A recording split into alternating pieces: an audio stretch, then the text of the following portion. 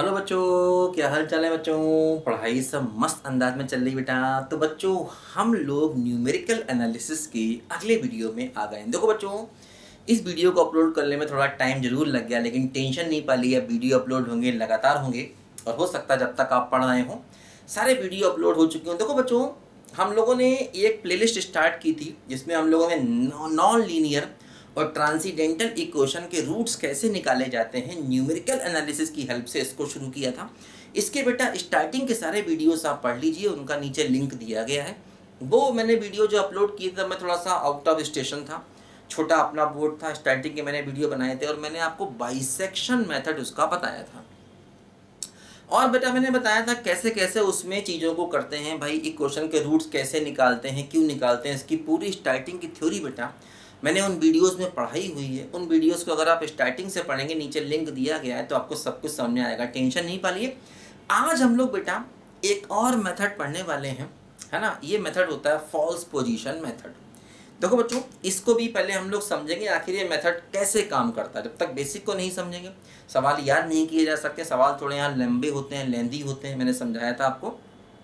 और ये सवाल इतने लेंदी होते हैं, इसमें इतनी कैलकुलेशंस होती हैं कि बेटा बिना वो कैलकुलेटर के नहीं होती हैं। और इसलिए मैं साथ में अपने पेपर लेके आता हूँ यहाँ पर मजबूरी में, क्योंकि वो लंबी लंबी कैलकुलेशन अगर करने लग जाऊँगा सवाल में बहुत टाइम लग जाएगा, है ना। तो मैं खुद ही वो कैलकुलेट करके पहले से बैठता हूँ और सारी कैलकुलेशन साथ में लेके आता हूँ।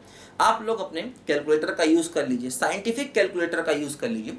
साइंटिफिक कैलकुलेटर आप अपने मोबाइल में भी डाउनलोड कर सकते हैं। मोबाइल में आप प्ले स्टोर में जाइए, साइंटिफिक कैलकुलेटर बहुत सारे हैं, कोई भी आप वहाँ से अपलोड कर लीजिए, वो भी वही वर्क करता है। ठीक है, देखो ध्यान दो बच्चों, क्या है यहाँ पर हम लोग पढ़ेंगे बेटा रेगुलर फॉल्सी मेथड, या इसको रेगुलर फॉल्सी मेथड भी कहते हैं। ठीक है, रेगुलर फॉल्सी मेथड, या इसको मेथड ऑफ फॉल्स पोजीशन भी कहते हैं, मेथड ऑफ फॉल्स पोजीशन। और ये किस काम आता है? ये काम आता है इक्वेशन के रूट्स निकालने के।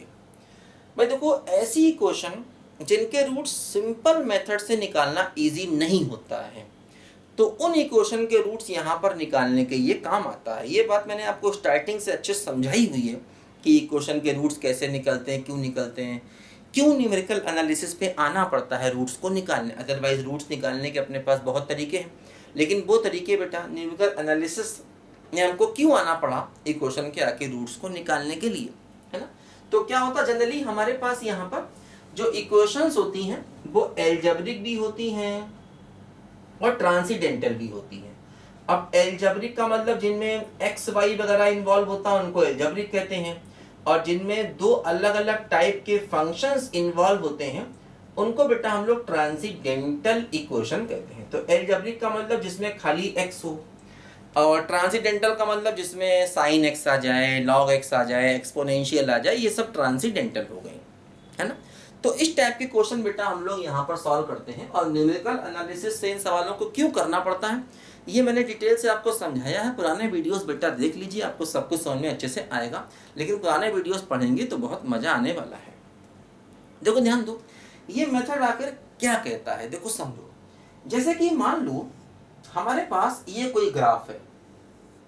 अब ये कोई ग्राफ है, और ध्यान रखना ये जो इक्वेशंस यहाँ पर होती हैं ये सब के सब कंटिन्यूअस फंक्शन होते हैं। मतलब ये फंक्शन लगातार होते हैं, कहीं ब्रेक नहीं हो रहे होते हैं। अगर ब्रेक हो रहे होते हैं तो फिर यहाँ पर ये सब मेथड काम नहीं करेंगे। ये जितने भी इक्वेशंस होती हैं ये सब कंटिन्यूअस इक्वेशंस होती हैं जो भी हम यहाँ पर सॉल्व करते हैं। देखो ध्यान दो, जैसे मान लो ये मेरे पास एक पॉइंट है x0 और ये पॉइंट है x1, है ना। ऐसा केस मैंने लिया मान लो। अब देखो जैसे ये ग्राफ है और इस ग्राफ का जो रूट है वो देखो ये है, यहाँ पर ये इस ग्राफ का रूट है। लेकिन एक पॉइंट x0 है और x0 पर फंक्शन की वैल्यू पॉजिटिव है। जो हमारा x0 है, x0 पर देखो ग्राफ x एक्सिस के ऊपर है, मतलब x0 पर जो फंक्शन की वैल्यू है वो पॉजिटिव। फंक्शन मतलब कोई भी इक्वेशन हो सकती है, ये जो भी इक्वेशन लेंगे अब, जैसे मान लो आपने कोई इक्वेशन ली x³ - 3x² + 5, तो ये हमारा fx हो गया। तो हम पूरी इक्वेशन को नहीं देख रहे हैं, हम क्या कर रहे हैं, देखो अपनी इक्वेशन का केवल ये वाला पार्ट देख रहे हैं। वैसे तो पूरी इक्वेशन का ग्राफ बनाएंगे तो बहुत लंबा चौड़ा ग्राफ बनेगा, ग्राफ बनाना भी मैंने आपको समझाया था कैसे ग्राफ बनाते हैं, तो पूरी इक्वेशन का ग्राफ तो बहुत लंबा चौड़ा बनेगा। हम उसके एक रूट पर यहाँ पर फोकस कर रहे हैं, केवल एक ऐसा रूट जो x0 और x1 के बीच में है। और वो x0 और x1 के बीच में रूट क्यों है? क्योंकि x0 पर फंक्शन की वैल्यू पॉजिटिव है और x1 अगर हम देखेंगे तो x1 पर फंक्शन की वैल्यू निगेटिव हो जाएगी, क्योंकि देखो x1 पर जो ग्राफ है वो x एक्सिस के नीचे। यही ग्राफ ऐसे भी बन सकता था, ये ग्राफ ऐसे भी बन सकता था, मान लो यहाँ x0 होता और यहाँ पर मान लो x1 होता। अब क्या होता? अब होता ये कि x0 पर वैल्यू पॉजिटिव हो जाती और x1 पर वैल्यू नेगेटिव हो जाती। मतलब x0 और x1 दो ऐसे पॉइंट हैं जिनमें से एक पर फंक्शन पॉजिटिव है, दूसरे पर फंक्शन नेगेटिव है ना। और ये x0 और x1 हमको थोड़ा सा देखने पड़ते हैं जब भी कोई सवाल दिया जाता है तब, या कई बार दिए भी होते हैं कि x0 ये लेके चलो, x1 ये लेके चलो, ऐसा दिया होता है। या कई बार हमें खुद से भी वो ढूंढने पड़ते हैं आखिर x0 x1 हम लोग क्या लेंगे। समझो ध्यान से। तो देखो जैसे x0 पर आपने फंक्शन की वैल्यू निकाली और मान लो ये वैल्यू ऐसे है x0, fx0, मतलब ये पॉइंट हो गया, x0 पॉइंट है और उस पर फंक्शन की वैल्यू, तो ये पूरा कंप्लीट पॉइंट हो गया, मतलब इसको हम p पॉइंट यहाँ पर कह सकते हैं। अच्छा, x1 पर फंक्शन की वैल्यू निकालोगे तो मान लो ये q है, ये क्या हो गया x1, fx1 हो गया। अब देखो दो पॉइंट्स हो गए, एक हो गया p, एक हो गया q।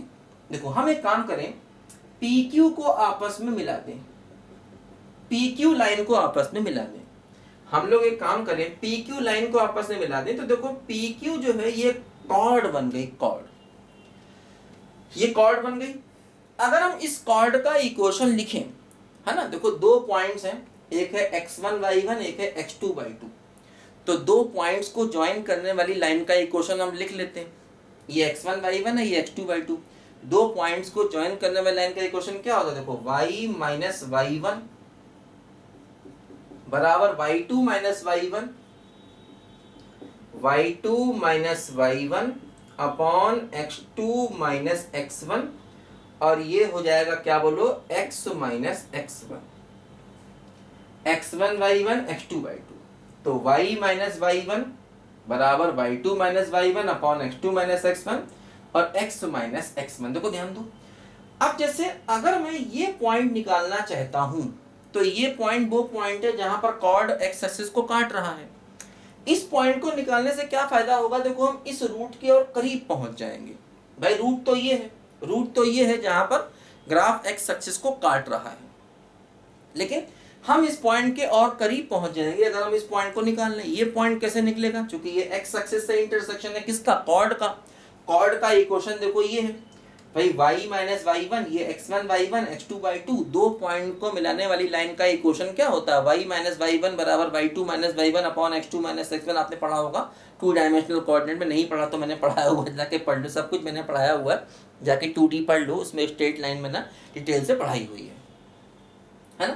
भाई ऐसे होता है कि दो पॉइंट है, एक पॉइंट है x1 y1 और एक पॉइंट है x2 y2। बता दें यार, मतलब तुम बुरा मान जाओगे, देखो सर बता नहीं रहे। तो y माइनस y1 बराबर y2 minus y1 upon x2 minus x1, ये होता है इक्वेशन ऑफ लाइन जो कि दो पॉइंट्स x1 y1 और x2 y2 से पास हो रही है। देखो अब जैसे ये पॉइंट चाहिए तो इसके लिए क्या करेंगे, मैं यहाँ पर क्या करूंगा, y को 0 पुट कर दूंगा, तो y को 0 पुट कर दूंगा, x एक्सिस से इंटरसेक्शन लेना है इसका, इस पॉइंट को निकालने के लिए। तो जैसे ही मैंने y को 0 पुट किया तो ये क्या हुआ, ये देखो हो गया माइनस का fx0 बराबर fx1 माइनस fx0, और यहां से क्या करेंगे, यहां से हम लोग x की वैल्यू को निकालेंगे, यहां से हम लोग क्या करेंगे, x की वैल्यू को निकालेंगे, तो हमको ये वाला पॉइंट मिल जाएगा। देखो समझो ध्यान से, अब जैसे यहां पर हम x की वैल्यू को निकालेंगे तो क्या होगा, देखो ये इधर मल्टीप्लाई हो जाएगा, तो हो जाएगा माइनस ऑफ fx0 और x1 minus x0 divide by this, ये क्या हो गया, fx1 माइनस fx0 और प्लस का x0 बराबर x। देखो यहां से ये x अपना आ गया, ये अपना देखो यहां से x पॉइंट आ गया। तो x पॉइंट क्या हो गया, ये हो गया x0 माइनस, ये क्या हो गया एफ एक्स नॉट और x1 minus x not upon F x one minus F x not. देखो ये यहां से हमें x की वैल्यू मिल गई है ना, ये वो पॉइंट मिल गया x वाला पॉइंट। ठीक है, तो ये बच्चों हमें x वाला पॉइंट देखो यहां से मिल गया है। ये x वाला पॉइंट है जहां पर ये कॉर्ड x एक्सिस को काट रहा है। थोड़ा इसको और सिंप्लीफाई कर लें अगर हम लोग एलसीएम लेकर के, देखो यहां से लिख लो जल्दी इसको बच्चों, फटाफट लिखो जल्दी से।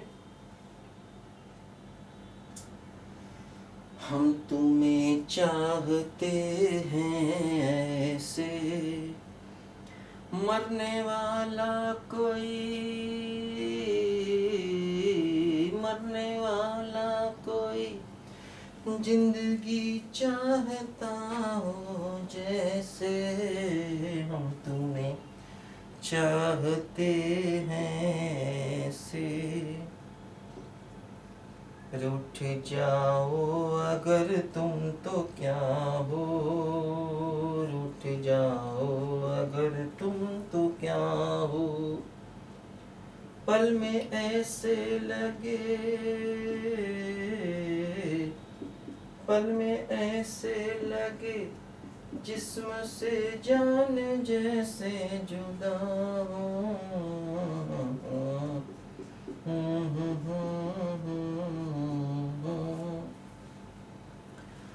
जिंदगी बिन तुम्हारे अधूरी, जिंदगी बिन तुम्हारे अधूरी, तुमको पालूं अगर,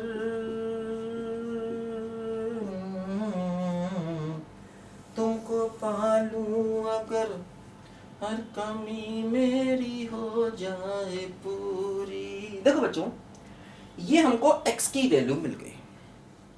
x की वैल्यू मतलब ये वाला पॉइंट, मान लो ये पॉइंट x2 है, मान लो ये पॉइंट x2 है, मान लो इसको मैंने x2 कह दिया। अब देखो हम रूट के और करीब आ गए। अब देखो जैसे अगर ये पॉइंट x2 है तो दो बातें हो सकती हैं। हो सकता है कि ये ग्राफ ऐसा बना हो, अगर ग्राफ ऐसा बना हुआ तो x2 वाला पॉइंट ये हुआ। अगर ग्राफ ऐसा होगा तो जो रूट है वो x0 और x2 के बीच में आएगा, और अगर ग्राफ ऐसा हुआ तो रूट x2 और x1 के बीच में आएगा। लेकिन हम दोनों ही केसेस में रूट के करीब पहुंच गए, मतलब x2 निकालते, x2 का मतलब इसकी वैल्यू निकालते ही हम रूट के करीब पहुंच गए। अच्छा अब देखो क्या हुआ, अगर मान लो ऐसा केस हुआ तो हमने x0 और x1 की हेल्प से x2 निकाला, लेकिन देखो जो इस इक्वेशन का रूट है वो अभी भी x0 और x2 के बीच में है, तो अगर मैं इसी मेथड को लगाऊंगा तो हमें x3 मिल जाएगा और वो फिर x0 और x2 के बीच में कहीं ना कहीं आएगा, लेकिन हम रूट के और करीब पहुंच जाएंगे। जैसे कि मान लो ये हमने x2 निकाल लिया और ये वाला केस है, केस ऐसा भी हो सकता है, फर्क नहीं पड़ने वाला। तो अगर मान लो ऐसा केस है तो इससे देखो क्या हो रहा है, अगर ऐसा केस है तो x0 पर वैल्यू पॉजिटिव है और x2 पॉइंट पर देखो अभी भी वैल्यू फंक्शन की निगेटिव है। मतलब अगर हम fx2, ऐसा केस का मतलब क्या हुआ कि fx2 की वैल्यू निगेटिव मिलेगी, जो पॉइंट आपने निकाला है उस पर फंक्शन की वैल्यू निगेटिव होगी, तो ऐसा केस होगा। और अगर ऐसा केस हुआ तो इसका मतलब देखो रूट यहाँ पर है और x2 पर फंक्शन की वैल्यू कैसी होगी, पॉजिटिव होगी। ये बात ध्यान रखना भाई। देखो x0 पर वैल्यू पॉजिटिव है और x2 पर वैल्यू निगेटिव है, तो एक पॉइंट पर वैल्यू पॉजिटिव, एक पॉइंट पर वैल्यू निगेटिव, तो रूट उसके बीच में है। यहाँ पर देखो x1 पर वैल्यू निगेटिव है, x2 पर वैल्यू पॉजिटिव है, तो एक पॉइंट पर वैल्यू पॉजिटिव, एक पर निगेटिव, तो देखो रूट उसके बीच में है ना। जब भी एक पॉइंट पर वैल्यू पॉजिटिव और एक पॉइंट पर वैल्यू निगेटिव होगी तो रूट हमेशा उसके बीच में ही होगा, ये कन्फर्म है। तो देखो हमने x2 निकाला इस मेथड से। अब क्या करेंगे, यही फार्मूला x0 और x2 में लगा करके मैं x3 निकाल लूंगा। x3 पॉइंट क्या होगा, x3 पॉइंट देखो फिर यहां से कुछ और इसके करीब पहुंच जाएगा। x3 पॉइंट, x3 कैसे निकालेंगे, फिर वही x0 और x1 में जो फार्मूला लगाया था उसी में मैं x0 और x2 लिख दूंगा। मतलब x0 तो अपनी जगह पे ही रहेगा, x1 की जगह हर जगह x2 आ जाएगा, तो हमें x3 मिल जाएगा, है ना। यहां पर क्या हुआ, कि अगर मान लो रूट ऐसा हुआ तो अब x0 की जगह x2 लिख देंगे, तो x2 x1 में यही फार्मूला लगा देंगे। मतलब देखो समझो कि जैसे जो छोटा है वो हमेशा x0 रहेगा। जैसे देखो यहाँ पर x0 और x2 के बीच में रूट है, तो ये x0 रहा, ये x1 रहा। x3 के लिए जब हम x3 पर जाएंगे तो इसको x0 और इसको x1 बोल देंगे, और x0 x1 में ये फार्मूला लगा के x3 निकाल लेंगे। फिर ऐसे ही x4 x5 x6 निकालते चलेंगे, जितने भी हमें अप्रोक्सीमेशन करने होंगे, जितने भी टाइम तक हमें रिपीट करना होगा।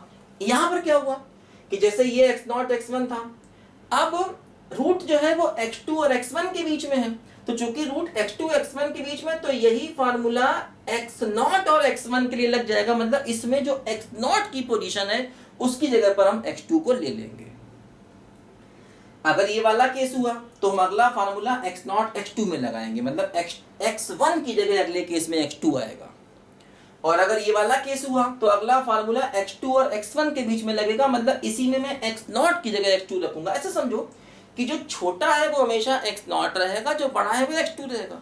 भाई देखो यहाँ पर जैसे जो अगला रूट आएगा वो x0 x2 के बीच में आएगा, तो छोटा वाला x0 बड़ा वाला x1।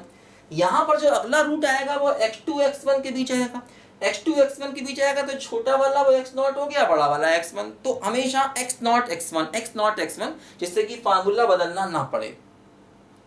इसी फार्मूले को लगाकर मैं x2 निकालूंगा, फिर देखूंगा मैं x2 पर वैल्यू क्या बन रही है।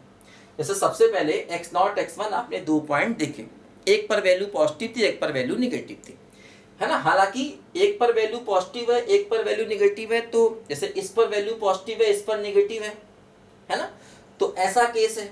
यहाँ पर भी देखो इस पर वैल्यू पॉजिटिव है, इस पर नेगेटिव है, तो ऐसा केस है ना। तो एक पर वैल्यू पॉजिटिव, एक पर वैल्यू नेगेटिव, आप देखते ही सबसे पहले आप x2 निकाल लेंगे, इसको आप x2 बोलेंगे। फिर x2 पर चेक करेंगे क्या केस है। x2 पर अगर वैल्यू नेगेटिव है तो इसका मतलब अगला रूट x0 और x2 के बीच में है, तो इसी फार्मूले को x0 x2 मतलब x2 की जगह x1 करके सेम मेथड से आप x3 को निकाल लेंगे। और हाँ, अगर x2 पर वैल्यू पॉजिटिव हुई तो आप समझ जाएंगे अगला रूट x2 x1 के बीच में है। तो जब अगला रूट x2 x1 के बीच में, तो फिर आप इसी फार्मूले को यूज करके मतलब x2 की जगह x0 की जगह x2 आ जाएगा। तो यही फार्मूला आप x2 x1 में मतलब x0 की जगह x2 आ जाएगा और x1 अपनी जगह पर रहेगा इस वाले केस में। तो यही फार्मूले से आप x3 फिर निकाल लेंगे, है ना। मतलब हर बार आपको क्या काम करना है, देखो कि सबसे पहले आपको क्या करना है, समझ लो बात को ध्यान से। यहाँ पर मैं ये मान के चल रहा हूं कि x0 पर वैल्यू पॉजिटिव है। अच्छा, ऐसा भी देखो हो सकता है कि केस ऐसा हो, ऐसा भी हो सकता है, ऐसा भी केस हो सकता है कि x0 पर वैल्यू नेगेटिव हो, x1 पर वैल्यू पॉजिटिव हो, ऐसा भी हो सकता है ग्राफ में। तो जरूरी नहीं है कि पहले पॉइंट पर वैल्यू पॉजिटिव दूसरे पर नेगेटिव हो, कोई भी केस हो सकता है। बस ये ध्यान रखो, एक पर वैल्यू पॉजिटिव एक पर वैल्यू नेगेटिव है तो रूट हमेशा उसके बीच में होगा। मतलब देखो कहने का मेरा ये है कि सबसे पहले आप क्या काम करोगे, केवल इस फार्मूले को याद रखना है। आपको केवल क्या काम करना है, आपको केवल इस फार्मूले को याद रखना है। इससे हर बार आपको x2 मिलेगा, इससे हर बार आपको, मतलब सबसे पहला काम क्या करोगे आप कि fx0 पर वैल्यू मान लीजिए पॉजिटिव है, x1 पर वैल्यू नेगेटिव है, उल्टा भी हो सकता है, इस पर नेगेटिव इस पर पॉजिटिव हो सकता है, उल्टा भी हो सकता है। आप सबसे पहले काम क्या करोगे, x0 और x1 को लेकर के इस फार्मूले से आप निकालोगे x2, है ना। x0 और x1 को लेकर के सबसे पहला काम देखो बच्चों, आप क्या करोगे, इस फार्मूले से निकाल लोगे x2 को। बात समझ गए ना। सबसे पहला काम हमें ये करना है, x0 और x1 को लेकर के इस फार्मूले से हमें x2 निकालना। अब देखो, अब आप चेक करोगे कि आखिर x2 पर वैल्यू क्या है। अगर x2 पर वैल्यू पॉजिटिव है या x2 पर वैल्यू नेगेटिव है। समझो देखो क्या था, x0 पर वैल्यू पॉजिटिव थी, x2 पर वैल्यू पॉजिटिव। देखो ऐसे कुछ हुआ, ये था x0, ये था x1 और बीच में कोई पॉइंट आया इसके x2। देखो x0 पर वैल्यू पॉजिटिव थी, x1 पर वैल्यू नेगेटिव थी, x2 पर वैल्यू, x2 निकालोगे पहले इसी मेथड से, तो x2 पर चेक करोगे आखिर वैल्यू क्या है। अगर x2 पर वैल्यू पॉजिटिव है, अगर x2 पर वैल्यू पॉजिटिव है तो देखो x0 पर वैल्यू पॉजिटिव थी, x2 पर भी पॉजिटिव हो गई, मतलब अगला रूट x2 x1 के बीच में होगा। तो इस केस में अगला रूट जो होगा वो x2 और x1 के बीच में होगा। और अगर x2 पर वैल्यू नेगेटिव है, क्योंकि x0 पर वैल्यू पॉजिटिव थी, x2 पर नेगेटिव है, तो अगला रूट x0 x1 के बीच में होगा। तो अगला रूट x0 x1 x2 के बीच में होगा। देखो अब क्या होगा, फिर यही फार्मूला लगाओगे। कैसे? x0 की जगह, मतलब इसको मान लोगे x0 और ये तो खैर x1 है ही है, तो x0 की जगह x2 और x1 की जगह x1 रहेगा। फिर इसी फार्मूले से आप x2 को निकाल लोगे और यहां पर भी यही फार्मूला लगेगा। x0 तो x0 रहा और जो x2 है उसकी जगह x1 लगा करके फिर इसी फार्मूले से आप x2 निकाल लोगे। x2 निकाल लोगे, फिर मतलब x2 से मतलब अब जो ये होगा मान लो वो x3 है, इससे जो निकला मान लो वो x3 है, इससे जो निकला मान लो वो x3 है। अब क्या हुआ, आपके पास x0 था, x1 था, या x2 ही मान लो, फर्क नहीं पड़ने वाला, x2 ही मान लो अगला पॉइंट, उससे कोई फर्क नहीं पड़ने वाला, अगला पॉइंट क्या मानते हो। फिर x0 x1 था, x2 निकला, फिर यही प्रोसेस रिपीट करोगे। फिर देखोगे x2 पर वैल्यू क्या है, जैसे इस पर वैल्यू क्या थी पॉजिटिव और इस पर वैल्यू क्या थी हमारी, देखो इस पर वैल्यू क्या थी नेगेटिव। फिर देखोगे जो अगला रूट है वो किसके बीच में है, मतलब x0 x2 के बीच में है या x2 और x1 के बीच में। यहां पर भी फिर चेक करोगे, क्योंकि आपका जो x2 था आपने उसको x0 मान लिया और जो x1 था वो x1 ही रहा। यहां पर जो x0 था वो x0 ही रहा और x2 था वो x1, मतलब हर बार यही फॉर्मूला लगाना है। इसलिए बता रहा हूं जिससे आप बार बार इसमें x0 x1 में कंफ्यूज ना हो। हर बार x0 x1 पहले देखोगे, x0 क्या है x1 के, x0 का मतलब जिस पर वैल्यू हमारी पॉजिटिव है ना, मतलब जो छोटा पॉइंट है वो x0 है और बड़ा वाला पॉइंट क्या हो गया x1। तो x0 x1 x0 x1, लेकिन चेक करना पड़ेगा कि x2 पर वैल्यू पॉजिटिव है या नेगेटिव है। तो हर बार आपको x2 मिल जाएगा। 3-4 प्रोसेस रिपीट करने के बाद अब ये देखना पड़ता है अप टू कितने डेसिमल प्लेस तक ये डिमांड कर रहे हैं। तो मैंने समझाया था कि जैसे मान लो आपने पहले x2 निकाला और वो 3.14 आया, अगला फिर x2 निकाला, फिर मान लीजिए 3.15 आया, तो आप समझ गए कि डेसिमल के 1 प्लेस के बाद वैल्यू सेम आ रही है। फिर आपने अगला फिर x2 निकाला, मान लीजिए 3.156 था, 3.154 आया, तो आप समझ गए कि डेसिमल के 2 प्लेस के बाद वैल्यू रिपीट कर रही, तो यही आपका आंसर हो जाएगा अगर वो डेसिमल के 2 प्लेस तक करेक्ट कहता है तो, है ना। तो डेसिमल के प्लेसेस देखने पड़ते हैं। अब मान लीजिए आपने फिर x3 निकाला, तो मान लीजिए ये आया 3.1549, तो आप समझ गए कि डेसिमल के 3 प्लेस तक वैल्यू रिपीट कर रही है। 2 बार डेसिमल के उतने प्लेसेस तक सेम वैल्यू आए, जैसे कि अगर वो डेसिमल के 2 प्लेसेस तक कहेंगे तो यही अपने सवाल का आंसर हो जाएगा, क्योंकि 2 बार डेसिमल के 2 प्लेस तक वैल्यू सेम आ रही है। अगर वो डेसिमल के 3 प्लेस तक कहता है तो देखो यहाँ पर डेसिमल के 3 प्लेसेस तक वैल्यू सेम आ रही है ना। देखो मैं आपको इसका एक सवाल करके दिखाता हूं जिससे कि आपको ये प्रोसेस क्लियर हो जाए, और बाकी फिर मैं आपको साइंटिफिक कैलकुलेटर ला करके, मतलब वही मोबाइल में आप अपलोड कर लीजिए, साइंटिफिक कैलकुलेटर है मोबाइल में भी, आपके प्ले स्टोर पे जाके कर लीजिए या खरीद लीजिए जा करके, जरूरत नहीं खरीदने की, वैसे मोबाइल अगर आपका स्मार्टफोन है तो साइंटिफिक कैलकुलेटर उसमें है, प्ले स्टोर पर जाके आ जाएगा वो। और ऑपरेट करना बड़ा आसान होता है, जिस फंक्शन की वैल्यू चाहिए तुरंत वहां से निकल आती है। जैसे आपको लॉग 11 की वैल्यू चाहिए तो उसमें लॉग टिक कर दो, उसके आगे 11 फिट कर दो तो लॉग 11 की वैल्यू दे देगा। ऐसे मान लो आपको साइन 31 डिग्री की वैल्यू चाहिए तो साइन फंक्शन टिक कर दो, उसके आगे 31 लिख दो। देखो मैं आपको बेटा, अब मैं क्या होता है यहाँ पर खुद पेजेस लेके आता हूँ, जिससे कि कैलकुलेशन इतनी ज़्यादा होती है, वो सब कैलकुलेशन बेटा हमको यहाँ पर लिखनी पड़ती है। देखो जैसे मान लो हमें क्वेश्चन करना है, एक इक्वेशन बच्चों हमें दी गई है x³ - 2x - 5 = 0। अब हमसे कहा गया है कि मेथड ऑफ फॉल्स पोजीशन को यूज करना है। बताएंगे किस मेथड को यूज करना है। मेथड ऑफ फॉल्स पोजीशन को यूज करना है ये कह रहे हैं, और up to 3 places of decimal, up to 3 places of decimal हमें आंसर को करेक्ट निकालना। देखो ध्यान दो, मैं बेटा पेज लेके इसलिए आ रहा हूँ क्योंकि कैलकुलेशन इतनी ज़्यादा होती हैं, ये अब मैं अगर यहाँ करने बैठूंगा तो सवाल में बहुत टाइम लग जाएगा, इसलिए मैं यहाँ पर लिखकर सब कुछ लाता हूँ, मजबूरी है। बाकी मैं किसी टॉपिक में कुछ पेज लिखकर वगैरह नहीं लाता हूँ, ये मुझे अपनी शान के खिलाफ लगता है। यहाँ पर थोड़ा शान को ताक पर रखना पड़ता है और पेज को लिख के लाना पड़ता है, मजबूरी है।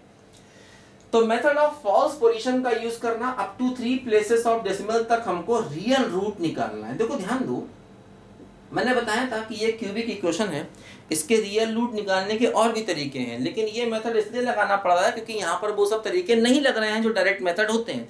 ये बात मैंने बेटा स्टार्टिंग से आपको समझाई थी, स्टार्टिंग की वीडियो देखिए, आपको सब मालूम चल जाएगा कि भाई क्यूबिक इक्वेशन है, उसके रियल रूट कैसे निकलते हैं, क्या निकलते हैं और क्यों ये मेथड हमें लगाना पड़ रहा है। देखो ध्यान दो, अब क्या होता है, सबसे पहले हमें 2 पॉइंट x0 और x0 उठाने पड़ेंगे। देखो ध्यान दो, सबसे पहले हम इसको fx मान लेंगे, ये अपना fx हो गया, x³ माइनस 2x माइनस 5। तो अब हमें देखो, अब इसके रियल रूट कितने हैं ये भी नहीं पता, हो सकता है इसके तीनों रियल रूट हो सकता है इसका केवल एक रियल रूट हो, ये भी मैंने आपको सब समझाया था कि तीनों रियल रूट कैसे चेक करते हैं। हालांकि जरूरत नहीं है, वो सब तरीके हर बार लगाने की जरूरत नहीं है। जो तरीके मैंने समझाए थे आपको ग्राफ वगैरह बना करके कि तीनों रियल रूट कैसे निकलते हैं, एक रियल रूट कैसे निकलता है, वो सब हर बार आपको लगाने की जरूरत नहीं है। अगर आप हर बार उनको लगाने बैठ जाएंगे सवाल बहुत टफ चला जाएगा। तो मतलब कोई भी एक रियल रूट निकाल लीजिए जो आसानी से निकल आए। देखो ध्यान दो, जैसे कि कोशिश करते हैं, सबसे पहले हम f of x1 f of -1 निकालते हैं। जैसे कि -1 है, 0 है, 1 है, 2 है, 3 पॉइंट्स पर सबसे पहले चेक करते हैं। तो -1 पर निकालेंगे तो क्या होगा, -1 + 2 - 5, तो -4 आ गया नेगेटिव। अच्छा, फिर मैं f ऑफ 0 निकालता हूँ, तो 0 - 0 - 5, देखो यहाँ पर भी नेगेटिव, एक पॉइंट पर वैल्यू नेगेटिव, एक पॉइंट पर पॉजिटिव होनी चाहिए। f ऑफ 1 निकाला जाए तो 1 - 2 - 5, यहाँ पर भी देखो वैल्यू नेगेटिव है। f ऑफ 2 निकाला जाए तो ये हो गया 8 - 4 - 5, यहाँ पर भी देखो वैल्यू नेगेटिव है। f ऑफ 3 निकाला जाए तो ये हो जाएगा 27 - 6 - 4, तो ये क्या हो जाएगा 16। देखो हाँ, अब ये बात बनी, 2 पर वैल्यू नेगेटिव है, 3 पर वैल्यू पॉजिटिव है। तो देखो 2 पर वैल्यू नेगेटिव है और 3 पर वैल्यू पॉजिटिव है, इसका मतलब ये ग्राफ कुछ ऐसे जा रहा होगा, ये 2 है, ये 3 है, तो इस पर वैल्यू नेगेटिव है, इस पर वैल्यू पॉजिटिव है।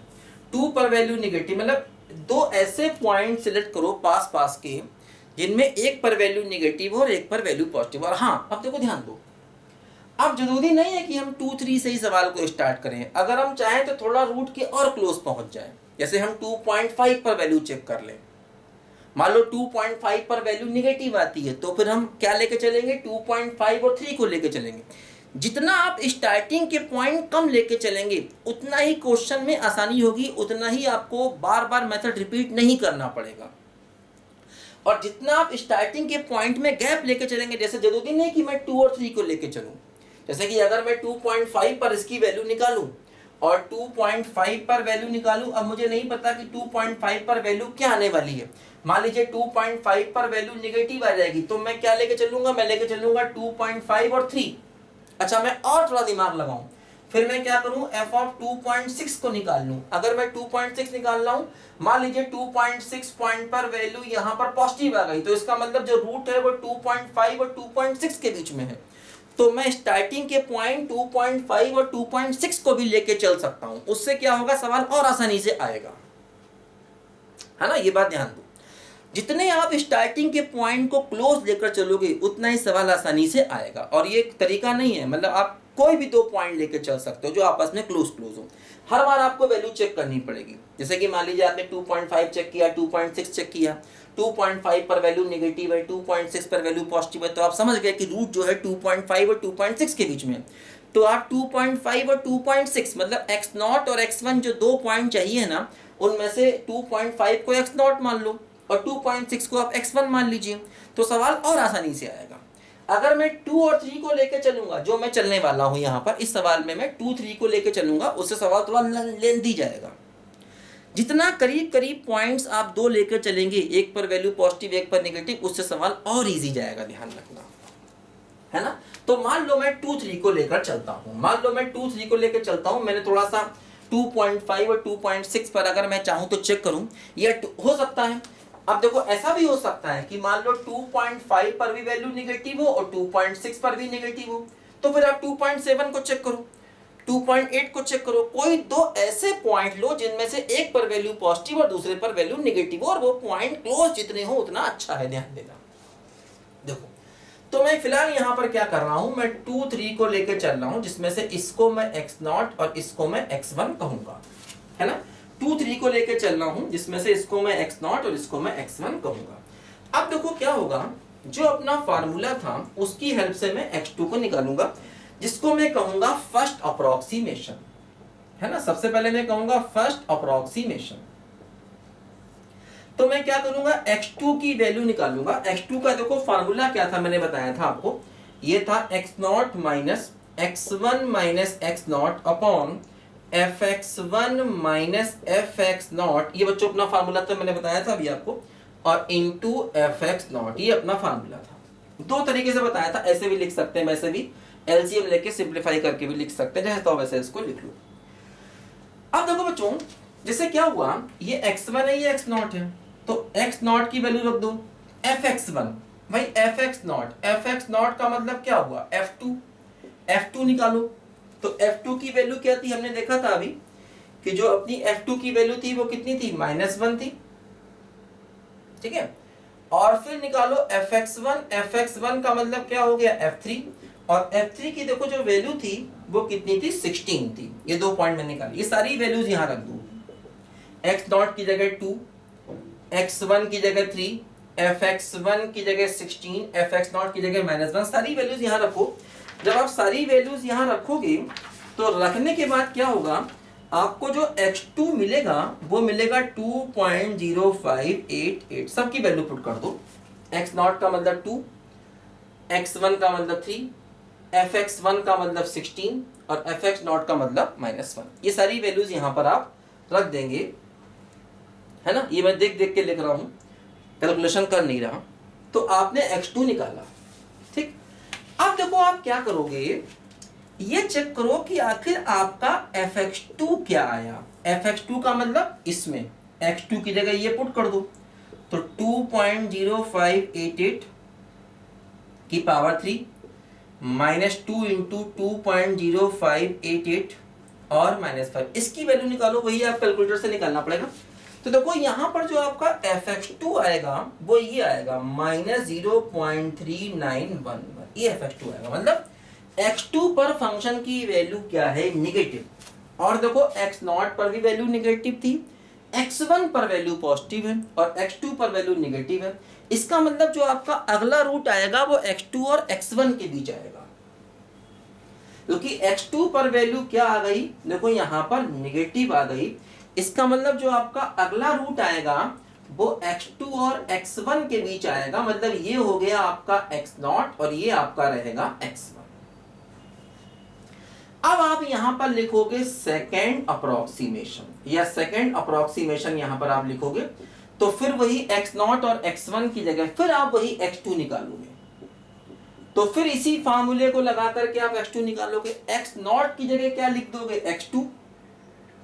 मतलब आप क्या करोगे कि x0 जो आपका है, समझो जो आपका x0 है वो यही वाला पॉइंट है, क्या 2.0588, और जो आपका x1 है, x1 वो यही वाला पॉइंट है x3। तो फिर आप x0 x1 fx0 fx1 सब निकालोगे। भाई देखो x0 की जगह ये रखोगे और x1 की जगह ये रखोगे। fx0 का मतलब क्या, fx0 का मतलब f ऑफ दिस, और f ऑफ दिस की देखो वैल्यू आपने निकाली है, क्या है, -303911, है ना। और फिर आप fx1 निकालोगे तो fx1 कितना है, ये 16 है। ये सारी वैल्यूज इसी फार्मूले फिर से आप रखोगे, तो फिर से जब आप ये वैल्यू रखोगे इस फार्मूले में तो फिर आपको x2 मिलेगा, और इस बार जो आपको x2 मिलेगा वो मिलेगा, देखो ये 2.0813, देखो ध्यान दो 2.0 मतलब डेसिमल के एक प्लेस तक वैल्यू रिपीट करिए, कोई फायदा नहीं, हमें डेसिमल के 3 प्लेसेस तक वैल्यू को रिपीट कराना है। तो आपने x0 x1 ये सब वैल्यूज इसमें रखी और आपने फिर x2 निकाल लिया।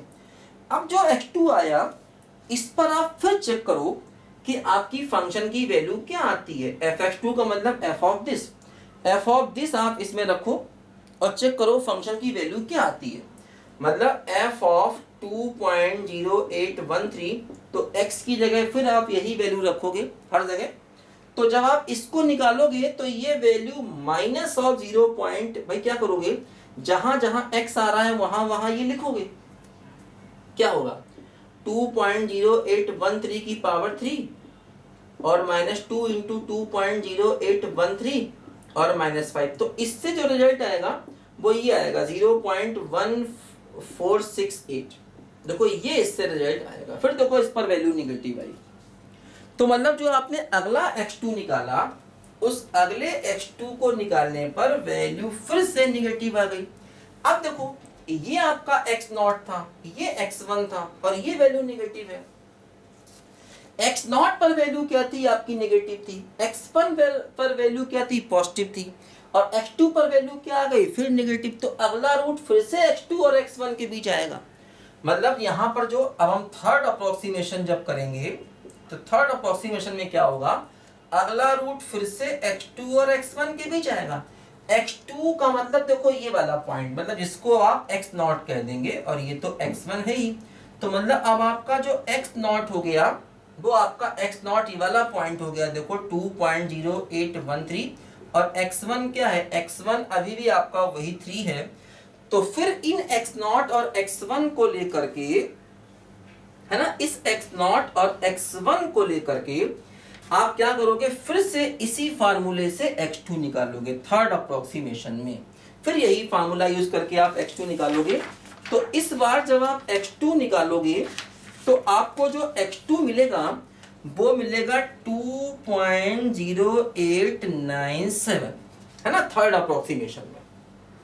अच्छा अब देखो क्या हुआ, यहां पर जो x2 आया था वो 2.08 था और यहां पर जो x2 आया, अब देखो डेसिमल के 2 प्लेस तक वैल्यू फिक्स है। अगर हमसे ये कहता कि डेसिमल के 2 प्लेस तक आंसर निकालते तो वो यही आंसर हम लिख देते, क्योंकि 2 प्लेस के बाद चीजें रिपीट कर रही हैं।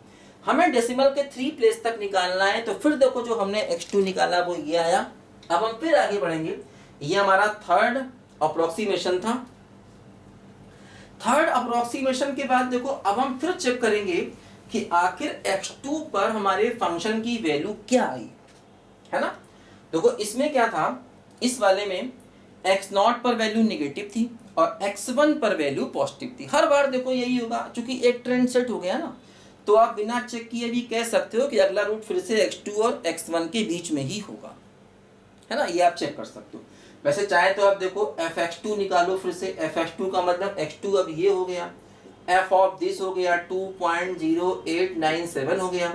इस पॉइंट पर आप वैल्यू निकालोगे फंक्शन की, तो जब आप इस पॉइंट पर फंक्शन की वैल्यू निकालोगे तो ये जो वैल्यू बच्चों आएगी ये आएगी -0.054, ये वैल्यू आएगी। देखो फिर वैल्यू निगेटिव है, तो इसका मतलब जब आप यहाँ पर फोर्थ अप्रोक्सीमेशन करोगे तो फोर्थ अप्रोक्सीमेशन में आपका रूट फिर से x2 और x1 के बीच ही होगा। x2 का मतलब यही वाली वैल्यू जिसको आप x0 कह दोगे और ये x1 है। तो मतलब इस बार आपका जो x0 है वो ये है 2.0897 और आपका x1 कितना है, 3 है। फिर आप इसी फार्मूले को यूज करके x2 निकालोगे, x0 x1 की जगह ये रख करके fx0 निकाल लोगे। fx0 आपने निकाला हुआ देखो ये है भाई, fx0 का मतलब x0 यानी कि x2 पॉइंट पर फंक्शन की वैल्यू वो देखो ये है ना। तो fx0 आपने निकाला हुआ है, fx0 का मतलब f of this point, f of this का मतलब वही x2 वाला पॉइंट। तो देखो ये वैल्यू है इसकी -0.054 और f ऑफ x1 तो आप निकाल ही चुके हैं, f ऑफ x1 तो आप शुरू से निकाल चुके हैं। f ऑफ x1 कितना है, 16 है। तो फिर इन्हीं सारी वैल्यूज को रख करके इससे आप x2 निकालोगे और इस बार जो आपका x2 आएगा वो x2 आएगा यहां पर देखो 2.0928, ये आपका x2 आएगा फोर्थ अप्रोक्सीमेशन में, ठीक है। तो इसी प्रोसेस को आप बार बार लगाओगे जब तक कि डेसिमल के 3 प्लेसेस तक वैल्यू फिक्स ना हो जाए, है ना। जब तक कि डेसिमल के 3 प्लेसेस तक वैल्यू फिक्स ना हो जाए, फिर आप क्या करोगे, सेम मेथड से फिर आप इसको x2 और x1 लेकर के इसको x0 और x1 तो यही है, फिर से आप x0 x1 को लेकर के फिफ्थ अप्रोक्सीमेशन करोगे और फिफ्थ अप्रोक्सीमेशन में जब आप x2 को निकालोगे, ये सब आपको कैलकुलेशन की बेटा हेल्प से करनी है, तो इसमें जो आपका x2 आएगा वो 2.0939 आएगा। अब देखो डेसिमल के 3 प्लेस तक नहीं आया, फिर आप सिक्स्थ अप्रोक्सीमेशन करोगे, सिक्स्थ में जब आप x2 निकालोगे सेम मेथड से, तो ये बच्चों आ जाएगा 2.0943। फिर आप जब सेवेंथ अप्रोक्सीमेशन करोगे तो सेवेंथ में आप x2 निकालोगे, तो x2 आ जाएगा कितना बोलो, 2.0943। देखो डेसिमल के 3 प्लेसेस तक वैल्यू सेम रिपीट कर रही है ना। तो आप अपना आंसर डेसिमल के देखो 3 प्लेसेस तक वैल्यू रिपीट कर रही, तो आप अपना आंसर 2.094 लिख सकते हो, क्योंकि ये वैल्यू देखो डेसिमल के 3 प्लेस तक वैल्यू रिपीट कर रही। चाहे तो आप है ना सेवेंथ अप्रोक्सीमेशन के बाद अपना आंसर यहाँ पर लिख सकते हो, है ना। इसमें आएगा 45 आएगा, सॉरी इसमें 45 आएगा। तो डेसिमल के देखो 3 प्लेसेस तक वैल्यू 2 बार रिपीट कर जाए तो समझ लो कि डेसिमल के 3 प्लेसेस तक आपका आंसर सही आ गया। तो ये हमें इतने अप्रोक्सीमेशन इसलिए करने पड़े क्योंकि स्टार्टिंग से ही हम पॉइंट्स को बहुत दूर दूर 2-3 लेकर चले थे। अगर हम स्टार्टिंग से ही पॉइंट्स को बहुत करीब लेके चले तो हो सकता है 2 ही बार में हमारा आंसर आ जाए।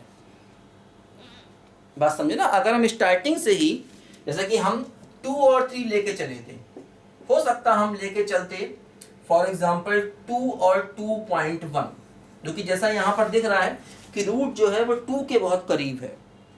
तो मतलब हम अब चेक करना पड़ेगा, जैसे कि 2.1 पर वैल्यू चेक करना पड़ेगा, 2.2 पर वैल्यू चेक करना पड़ेगा। किस पर वैल्यू?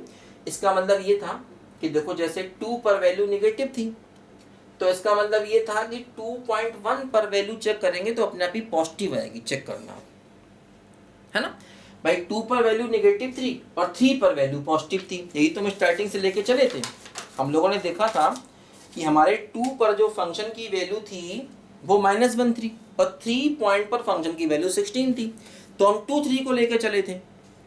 अब अगर हम 2.5 निकालें, जैसे कि यहाँ पर क्या होगा, देखो समझो यहाँ पर क्या हो रहा है, थोड़ा सा करीब करीब पॉइंट लेकर चलोगे तो अप्रोक्सीमेशन कम करने पड़ेंगे। समझो जैसे यहाँ पर क्या हो रहा है, समझो जरा ध्यान से कि आपने 2 पर वैल्यू निकाली और 2 पर जो वैल्यू थी वो थी निगेटिव और 3 पर वैल्यू क्या थी, वो यहाँ पर पॉजिटिव थी।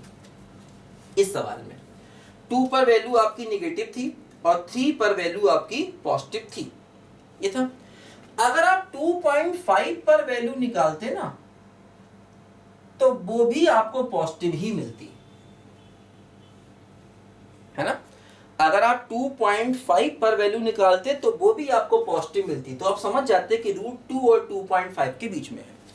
अगर आप 2.4 पर भी वैल्यू निकालते ना, अगर आप 2.4 पर भी वैल्यू निकालते तो वो भी आपको पॉजिटिव ही मिलती, तो आप समझ जाते रूट 2 और 2.4 के बीच में।